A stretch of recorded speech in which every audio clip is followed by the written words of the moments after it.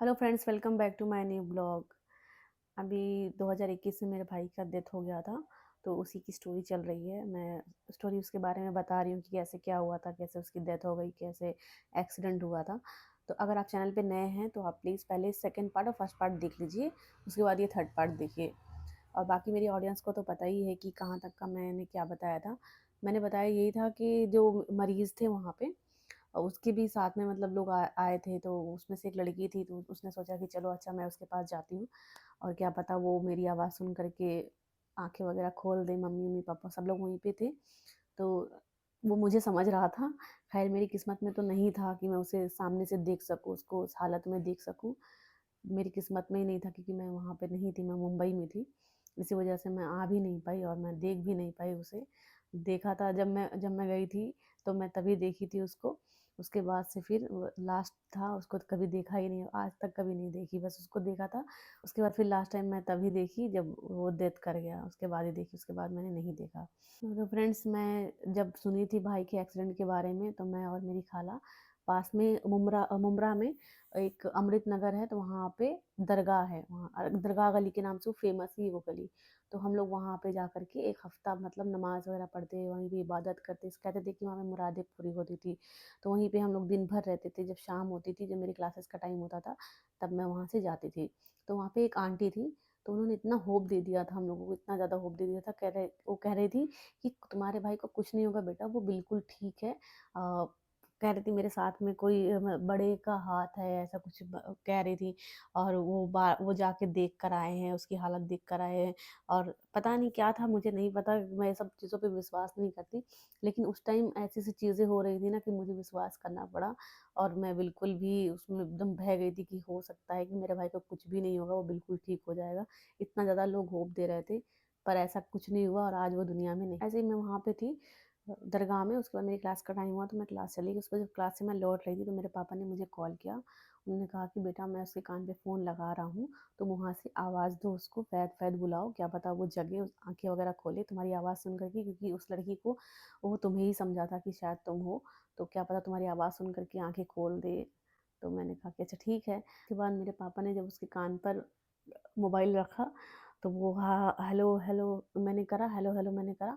तो बिल्कुल भी वो मूवमेंट करने लग गया, एकदम हाथ वाथ उसके, ये पहले तो ऐसे मुट्ठी बांध करके रखता था, और ऐसे ऐसे खोल रहा है, ऐसे खोल रहा है।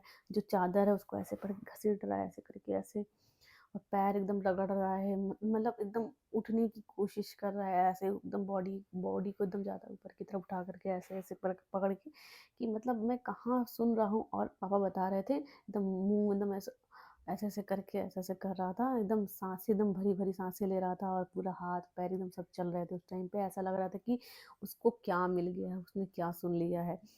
उसके बाद फिर मेरे पापा ने उसे कान से फ़ोन हटा दिया। जब कान से फ़ोन हटाया, तो उसकी बॉडी और ज़ोर-ज़ोर से मूवमेंट कर रही थी। तो मेरे पापा ने दोबारा उसके कान पे लगाया, तो मैं वहाँ से बोल रही हूँ, मैंने कहा बाबू बिल्कुल तुम ठीक हो जाओगे, मैं जल्द ही आऊँगी देखने के लिए। तुम बिल्कुल भी टेंशन मत लो, तुम अच्छे-अच्छे घर आओगे, मैं आऊँगी तो तुमको ज़रूर घर लेकर के जाऊँगी। मैं ये सब बोल रही थी, और मेरे एकदम आँसू रुक नहीं रहे थे। मेरे पापा भी एकदम शॉक हो गए कि ये क्या है? मतलब इतने दिनों से हम लोग इंतज़ार कर रहे हैं कि ये खूब मतलब ज़्यादा मूवमेंट करे, एकदम ऐसा लगे कि अभी उठ के बैठ जाए। और उस टाइम पे जब मैं फ़ोन पे थी, तो ऐसा लग रहा था कि वो अभी उठ कर के बैठ जाएगा मेरी आवाज़ सुन कर के, लेकिन ऐसा कुछ भी नहीं हुआ फ्रेंड्स। उसके बाद मैं ज़्यादा देर तक का नहीं कर पाई ये, क्योंकि मैं उस टाइम पे रो रही थी, फ़ोन पर ही मैं रोने लग गई। और मेरा भाई पापा कह रहे थे कि उसकी आँखों से आँसू निकल रहे थे साइड से। शायद उसको बहुत ही ज़्यादा तकलीफ़ हो रही थी, क्योंकि वो मेरे लिए ही आ रहा था और फिर मिल नहीं पाया मुझसे। मैं ना मेरे बर्थडे को ना बिल्कुल श्रापित मानती हूँ, क्योंकि मेरा जन्मदिन ना मेरे लिए अब श्रापित बन गया है। जो धूम-धाम से मेरा जन्मदिन मनाया जाता था, मेरा क्या मेरे दोनों तीनों भाई-बहन का जितना धूम-धाम से जन्मदिन मनाया जाता था, एनिवर्सरी और मम्मी-पापा की जितना ही धूम-धाम से मनाया जाता था, अब वो कुछ भी नहीं है, कोई रौनक नहीं रह गई है। अब कोई भी फेस्टिवल भी अगर होता है घर में, तो वो भी ठीक से नहीं मनते हैं, क्योंकि जब से उसकी डेथ हुई है, ऐसा लग रहा है सब कुछ टूट-सा गया है, सब कुछ खत्म-सा हो गया है। इसी वजह से हम लोग कुछ भी नहीं करते हैं, अब एकदम सब कुछ एकदम रूखा-रूखा हो गया है। अगर फेस्टिवल भी होता है तो बेकार सा। देखिए आप, शब बारात की जो रात थी ना, मैं उस दिन इतना ज़्यादा शांत थी, इतना शांत थी। मैं इसलिए शांत थी, क्योंकि जब शब बारात आती थी ना, तो वो पूरे मोहल्ले में खुद मतलब खुद एकदम ज़िम्मेदारी लेता था। सारे लड़कों को इकट्ठा करके, चंदा होता था, चंदा इकट्ठा करके सबसे पैसे लेकर के शरबत बनवाना, होता लंगर लगाना, ये सारी चीज़ें वो खुद खुद करता था। चाय वग़ैरह चढ़वाना ढेर सारी, एकदम हांडी-हांडी चाय चढ़वाता था। उसके बाद जब देखता था कि मतलब काफ़ी रात हो रही है, लोग पढ़ रहे होंगे अपने-अपने घरों में, मोहल्ले में, तो सबके पास जा कर के वो चाय देता था, थर्मास में ले जा कर के कि दादी उठो, दादी चाय पी लो, दादी थोड़ा रेस्ट कर लो, चाची, भाभी, जो भी मतलब मोहल्ले में जो भी था। लेकिन अब जब वो उसकी जब डेथ हुई शब बारात की रात, तो जितने भी थे, कोई भी इबादत नहीं किया उस टाइम पर। बहुत ही मुश्किल से मैं बता दूँ 20% लोग ही होंगे मोहल्ले में जो जिन्होंने इबादत करी थी, बाकी सारे के सारे बाहर बैठे हुए थे रात में। कोई भी नहीं अंदर गया, सब सारे कुर्सी लगा के अपने-अपने घरों के बाहर बैठे हुए थे। मोहल्ले में मतलब पूरी भीड़ लगी हुई थी अपने-अपने घरों के बाहर। और उसी दिन मुझे कॉल आई, जब शब बारात थी तो उसी दिन कॉल आई। मैंने कहा कि चलो शब बारात की रात है और मैं उस टाइम में इतना ज़्यादा उसके लिए दुआ करूँगी कि वो जल्दी से उठ के खड़ा हो जाएगा। मैं मेरी खाला सब लोग बहुत ज़्यादा खुश थे कि चलो ये बड़ी रात होती है हम लोगों में, उसको बड़ी रात के नाम से भी जाना जाता है। तो बड़ी रात है और बहुत ज़्यादा हम लोग दुआ करेंगे, वो बहुत अच्छा हो जाएगा। उसको कितनी दुआएँ होंगी उसके लिए शब बारात के दिन। कहाँ-कहाँ खबर फैल गई थी, बहुत ज़्यादा दूर-दूर से मतलब लोग आ रहे थे उसको देखने के लिए, बहुत जगह खबर फैल चुकी थी। क्योंकि फ़ेसबुक वगैरह पे भी अपलोड कर दिया गया था इसी वजह से। तो शब बारात के दिन में ही पापा ने कॉल किया, पापा ने कहा कि बेटा आ जाओ घर पे और लखनऊ जाना है, बाबू से मिलना है, चलो तुमको भी दिखा दें मिलने, वो तुम्हें बुला रहा है, बार-बार याद कर रहा है। बार-बार वो लड़की अगर आती है उसके पास में तो उसका हाथ पकड़ लेता है, वो समझता है कि तुम हो तो बहुत तुम्हें याद कर रहा है। तो मुझे इस वजह से बुलाया गया और मैं वहाँ पे वहाँ से हम लोग भाईखला गए। भाईखला से हम लोग कोई थे वहाँ पे, हम लोग उनके वहाँ पे रुके, जिस चौल में वो रहते थे हम लोग के, तो सामने वाला घर था, तो वहीं पे हम लोग रुके हुए थे। वहाँ से जो सेंटा क्रूज़ का जो उम, क्या बोलते हैं एयरपोर्ट है, सॉरी एयरपोर्ट है, तो वो वहाँ पे है।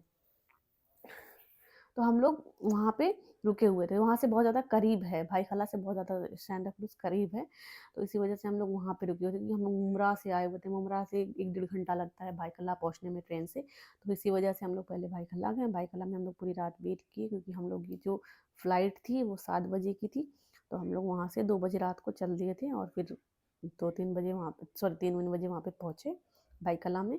वहाँ से तैयारी की, जो भी चीज़ें रखनी-वखनी थी वो सारी चीज़ें रखी और फिर एयरपोर्ट के लिए निकले। सुबह 7 बजे की हम लोग की फ़्लाइट थी।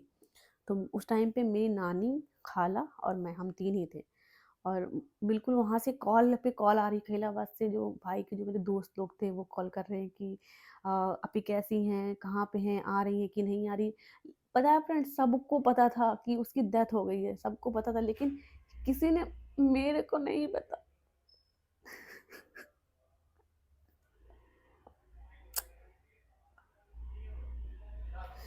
किसी ने मेरे को भी नहीं बताया था कि उसकी डेथ हो गई।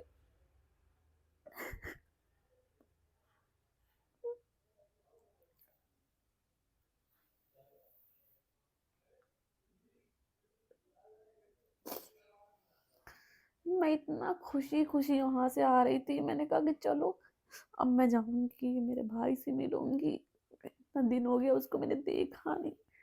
सिर्फ़ वही वेंटिलेटर पे लेटा हुआ था, उस टाइम एक झलक पापा ने दिखाया था क्योंकि अंदर फ़ोन अलाउड नहीं हुआ था। सॉरी पापा नहीं भाई ने दिखाया था कि जैसे-तैसे उसने चोरी छुप के दिखाया था। उसके बाद जब वार्ड में था, तो वार्ड में तो मैं उसको 4-4 5-5 घंटे तक का वीडियो कॉल पे ही देखती रहती थी।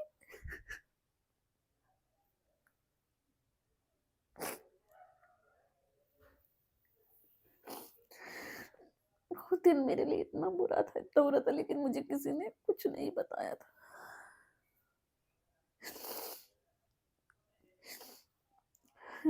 उसकी जो एक्सीडेंट हुआ था, एक एक चीज़ और है, मैंने कहा था कि मैं नेक्स्ट वीडियो में बताऊँगी। एक चीज़ और हुआ था फ्रेंड्स, बताना नहीं चाहती हूँ। अब मुझे तकलीफ़ हो रही है, मैं बोल भी नहीं पा रही हूँ। उसका जब एक्सीडेंट हुआ था, तो जब वो एडमिट था, तो उसके 3-4 दिन के बाद ही, मतलब अगले बीएफए को, अगली जुमेरात, क्या बोलते हैं, थर्सडे, हाँ, अगले थर्सडे को मेरा जो दूसरा भाई है, फैसल, वो और मेरी चाची का लड़का, मैं उसका नाम नहीं लूँगी, वो दोनों का भी एक्सीडेंट हो गया था। उसी दिन उसी दिन जिस दिन जुमेरात था, मतलब पिछले जुमेरात को मेरा भाई फ़हद ट्रेन ट्रेन से गिरा। उसके बाद अगले जुमेरात को मेरा दूसरा भाई भी एक्सीडेंट कर गया, वो भी बाइक से। और उसको उसके मुँह में मतलब पूरा ये सिल दिया गया था, एकदम मसूड़े जो ये दाँत सारे दाँत उसके सिले हुए थे क्योंकि हड्डी उसकी टूट गई थी। और जो मेरा दूसरा भाई था, कज़न था, उसके सर में यहाँ टाँके लगे थे पीछे के, और यहाँ होंठ की तरफ टाँके लगे थे। और जो मेरा भाई था उसका ये सब टूट गया था पूरा। उसको तो पूरा वो 1 महीने तक बोल भी नहीं पाया बेचारा। और जब उसकी डेथ हुई थी फहद की, तो वो तो कैसे रोया होगा, कैसे बर्दाश्त किया होगा। चिल्ला के रो भी नहीं पाया।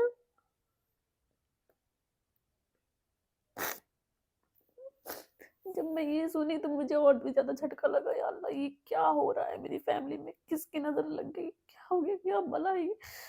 उसके बाद मेरे भाई के बारे में मैं सुन कर के तब मेरे तक तकलीफ हो रही थी कि अल्लाह पाक ये सब क्या कर रहे हैं? उसके बाद फिर शाम के टाइम में चाचू का कॉल आया, बोले कि बेटा टेंशन बिल्कुल भी मत लो। उसके बारे में मुझे नहीं बता रहे थे क्योंकि उसको भी गिरे 2 दिन हो गए थे और मुझे बताया नहीं गया था। उसके बाद फिर बोले कि सब लोग वो ठीक है, उसकी कोई दिक्कत नहीं है, ज़्यादातर तो फ़हद की ही कंडीशन ख़राब है।